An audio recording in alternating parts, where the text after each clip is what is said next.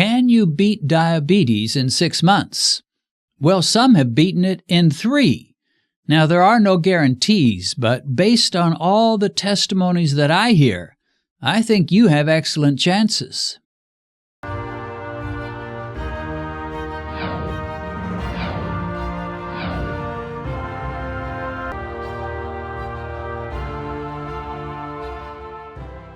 Well, welcome to Beat Diabetes. We're going to be talking today about some of the rules for the dietary plan I'll be recommending to those who take the 2022 challenge. Now, most of the videos I'll be sharing with those of you who register will not be on this channel. They'll be elsewhere, but I wanted to go ahead and make this available to all just so you get a glimpse of what this is all about and hopefully help you wherever you are in your struggle with diabetes. Keep in mind that I will not just be recommending a diet. I will be making videos myself. I will be sharing videos that others have made, recipes. This is a whole plan. It's not just a menu, not just a diet. So be ready to do a little homework. I'm even going to recommend a few books that I'm going to ask you to read, not many, but maybe 3 during this 6-month course. And we want to attack this thing on all fronts. I believe there'll be success. So some might say, well, okay, is this a diet or is it a lifestyle? You call it a 6-month dietary plan or a 6-month diet, but that sort of implies that after 6 months, you'll just go off it and go back to where you were. Well, no, you won't go back to where you were, but this is really sort of a phase 1 program. This will get you kicked into high gear and hopefully get your A1c down significantly, hopefully for many of you into the 5s. After those 6 months, you may make some changes. You may not necessarily do it all Dennis's way because, after all, I'm a very simple guy, and some of you are far better cooks than I could ever be. And you have a much more creative mind than I could ever have. So some of you can do this much better than me, but you just don't hardly know where to start. So this is, as I said in one other video, these are like training wheels. This dietary plan is like training wheels to get you started, and then you can pull off those training wheels and make some changes that work for you. You'll still have to be low carb. There's no getting around that. There's absolutely no getting around it, but it doesn't have to be quite the way this dietary plan will work. But what I'm asking is, give me 6 months and give this plan 6 months and see where it takes you. I do want to announce this is the last day that I will make an appeal to register. We will close registration for this 2022 appeal, this 2022 challenge rather, on the very last of this month, January 31st. Starting February 1, registration is no longer open. We can't just keep taking names. Plus, if you don't get the full package, you really are not going to get what you need. So you can learn a lot from my regular videos, but if you want to register for this 2022 challenge, where you'll be getting emails directly from me, you'll be getting recommended books, recommended videos to watch, little notes, all kinds of goodies, I would say, from me to your inbox, you need to register. How do you do that? You send an email to grace@spiritofgrace.org, grace@spiritofgrace.org, and write the words "Count me in" on the subject line. That's all it takes, and you will be registered. You'll start getting those emails. Okay, well, let's go over some of the rules to how this will work, and I want to announce the number 1 rule is follow all rules. I've been wanting to say that for a long time. That's one of Barney Fife's classic lines from the Andy Griffith Show. And so sort of semi-kidding, but, you know, when I thought about it, it's really not such a bad rule to make, follow all rules, because if you don't really follow the suggestions, the guidelines, if you don't watch the videos, if you don't eat the foods I recommend, then you can't really come complaining and say, well, my A1c went down a scrawny little point, 0.2 of a point, or it didn't go down at all. Well, if you don't follow the rules, you got no reason to complain. Now, I'm not charging anything, so I can't give you your money back. I do think for most of you, you'll see significant progress. Anyway, basically, if you're going to do this, you really do need to follow the guidelines and keep up with what is being asked of you, and that includes videos. I've said before, the only cost to this program is time, but you've got to give me some of your time. You've got to watch some videos, and some of them may be long. I'm going to try to keep them as short as possible, but some of them may go a bit long, and you just got to plant yourself. I mean, there's a lot of nutritional programs where they'll have you drive to their building. They'll have you sit in some kind of a nice, comfortable seat, and they'll keep you for a couple of hours while you hear lectures. Well, this isn't going to take nearly that long. So you can give yourselves 20 minutes and not be so covetous of your own time. All right, so anyway, getting to the official rules. Rule number 1 is there is no breakfast. We are going to employ time-restricted eating, which means you narrow the window of eating. What is a window of eating? It's the hours of the day where you allow yourself to eat. And we're going to make those around 12:30 p.m. to 6:30 p.m. Have your last meal around that time, about a 6-hour window. If it goes a little bit longer, no big deal, but don't stretch it into an 8 or 10 or 12-hour window by all means. This is going to do a tremendous amount of good for you. You're going to be able to keep your glucose lower. You're going to lower your A1c. If this was the only thing you did, it would do you quite a bit of good, but there's a lot more. But we're going to do that 6-hour window of eating. You're going to skip breakfast. What this means is there's not going to be a breakfast menu on this dietary plan. There won't be any breakfast. There'll be a lunch. There'll be a dinner. Bam, that's it. No snack. This is a no snack deal. We'll have a couple of desserts. We'll talk about that in a moment. However, there may be some of you that say, Dennis, it would work better for me if I could eat breakfast, eat lunch, and then skip dinner. And that's fine. No problem with that. In fact, that's probably superior. It's just not a very socially acceptable thing in most cultures to not have a dinner, whereas not having a breakfast is something a lot of people do anyway. So socially, it's a lot easier to skip breakfast. But in terms of your metabolic health, it would be just as good, if not better, to eat breakfast, eat lunch, and skip dinner. So either way will work. But the menu plan is based on a lunch and a dinner. If you decide to skip your dinner and have a breakfast and a lunch, you just shift the menu plan for those 2 meals. Rule number 2, Monday will be your carnivore day. And on that day, everything is fair as long as it's meat. Kind of reminds me of Henry Ford saying, you can have any color you want in a Model T as long as the color is black. And so on Monday, you can eat anything as long as it's meat and as long as there is no breaded coating, no fried chicken, no chicken fried steak, nothing like that. But whether you want to eat chicken, you want to eat fish, you want to eat beef, you want to eat organ meats such as liver, go for it, my friend, and enjoy yourself. Eggs would be included in the carnivore day. So eat eggs, eat meat, make a steak and put an egg on top, make a burger and put an egg on top. However you want to do it, I leave that up to you. You know how to eat meat.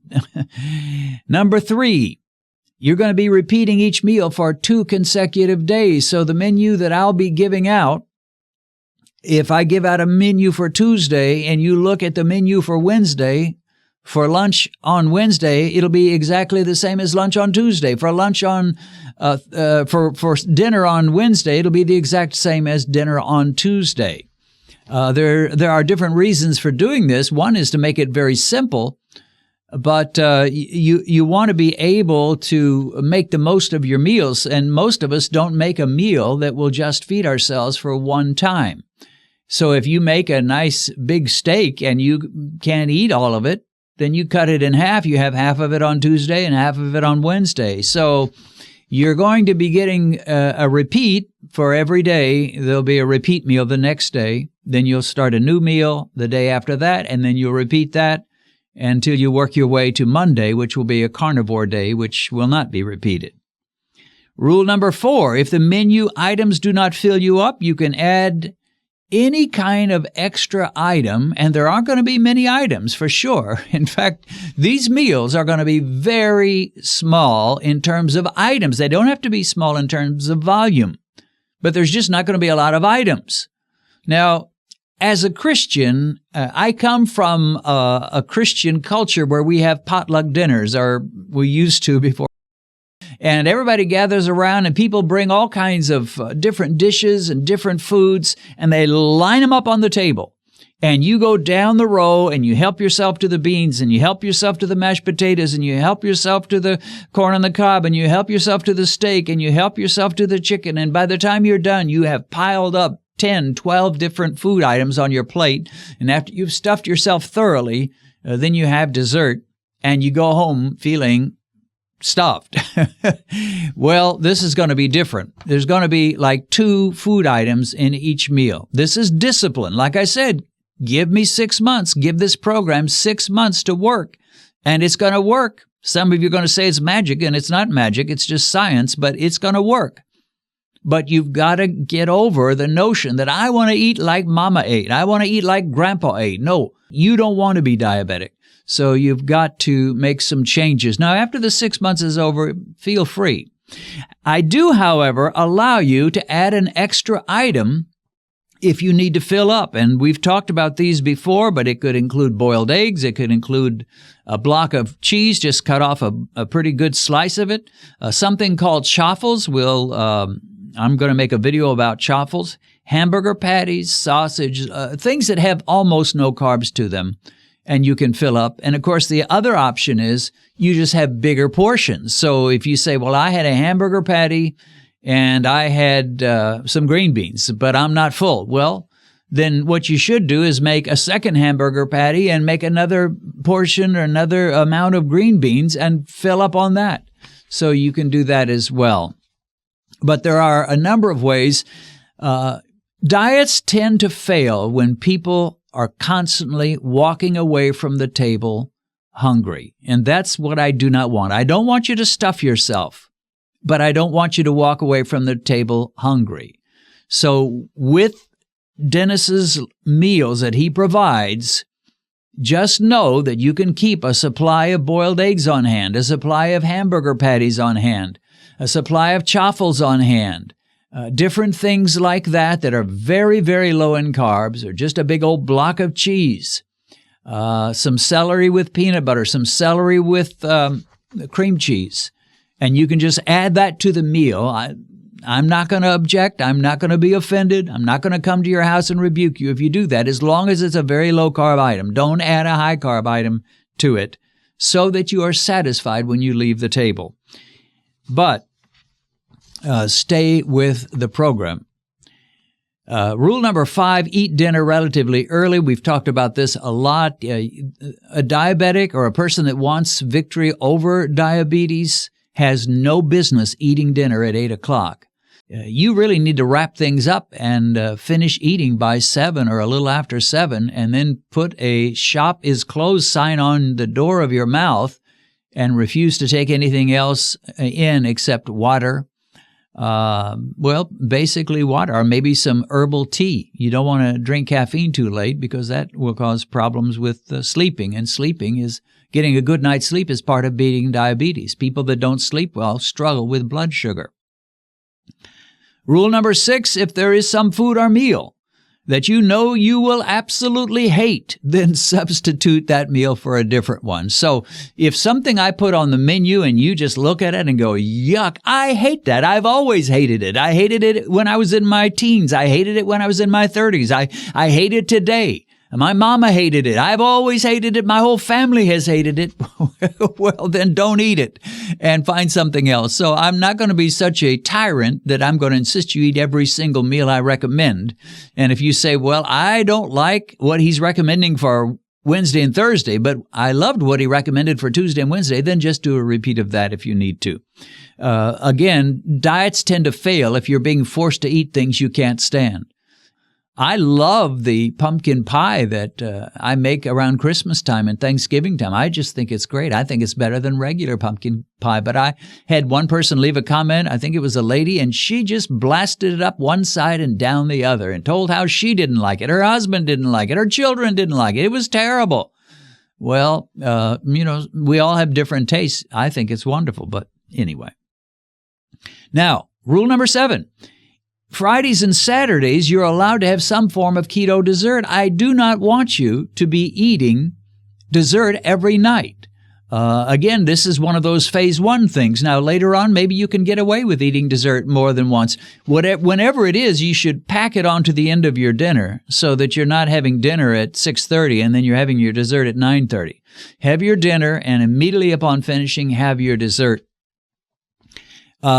So we will allow on this plan 2 desserts per week, a Friday and Saturday. I picked the weekend because we all like to kind of chill out and let our hair down and enjoy the weekend. So Friday night, Saturday night, enjoy a keto dessert. I'll be recommending some, and I'll be giving you some links to others who have some wonderful desserts. There is no shortage of keto desserts, my friend. Rule number 8, losing weight will not be emphasized when carbs are cut. Losing weight is the most natural thing in the world. But some people are afraid, well, I'm losing weight. Am I just going to keep it up until I finally blow away and I'm down to 25 pounds? No. You will stabilize at a certain point. Believe me, you will stabilize. I've stabilized, and now I have to work at it to keep under the 170 pounds for me. You will stabilize, but for a while. And especially those of you that are significantly overweight and you've been on a standard diet, you are going to lose some serious weight. And the good news is you don't even have to try. You don't have to count calories. You don't have to get nervous about it. You don't have to weigh yourself every day. You will just flat out lose weight for a while. And hopefully by the time you stop losing, you'll be down to a pretty reasonable range. If not, then you may have to work at it a little bit. Rule number 9 is simple. I want to hear from you. I want this to be more than just me telling you things. I want us to share with one another. I want us to leave comments under the videos that I post. Talk about your progress. Talk about your frustrations. Talk about where you're starting. And once you get your 3-month A1c, hopefully 3 months from the time you start this program, 2022 challenge, tell us what progress you made. And then, of course, at 6 months, we want to hear from you again and learn of your progress. So we want the underside of the videos that I'm posting to be just filled with comments, not necessarily saying, Dennis, you gave such a wonderful video, but just sharing your story, sharing how it's going with you. But one warning, don't try to be a doctor to people. Sometimes people get a little bit too doctoral and try to recommend things, and recommendations for diet are fine, but when you're starting to sound like a medical doctor, you're going a lot too far. So don't try to be a doctor to anybody. And the last rule or point I will make is that vegetarians are welcome. This dietary plan will have meat in it, a lot. And of course, we got the carnivore day. But you can always make substitutions, and I will recognize you that are vegetarian, and I will leave links to videos that will help you find low-carb vegetarian meals that will work for you. And those of you that are Indian, I will leave links to videos that will help you with your traditional Indian diet and how you can make modifications and still have the feeling that you're right home in India. Same with Africans. We'll try to help Africans. I know they don't always have access to things like Amazon and some of the products we have, but you can do it if you're in Africa, if you're in India, or wherever you are. So vegetarians are welcome. Learn what you can. Obviously, when I'm talking about steaks and chicken, that doesn't apply to you, but learn what you can, learn what substitutions you can make, and you can be a low-carb vegetarian. You can beat diabetes. Might take a little bit more work, but you can definitely do it. Well, once again, this is my last appeal for our 2022 challenge. It starts on February 1st. The dietary plan starts then. So if you want to get in, it's not too late. Send an email to grace@spiritofgrace.org and write the words "Count Me In" on the subject line. Send an email to grace@spiritofgrace.org. Write "Count Me In" on the subject line. That is it for now. God bless you and help you as you find victory over that monster called diabetes.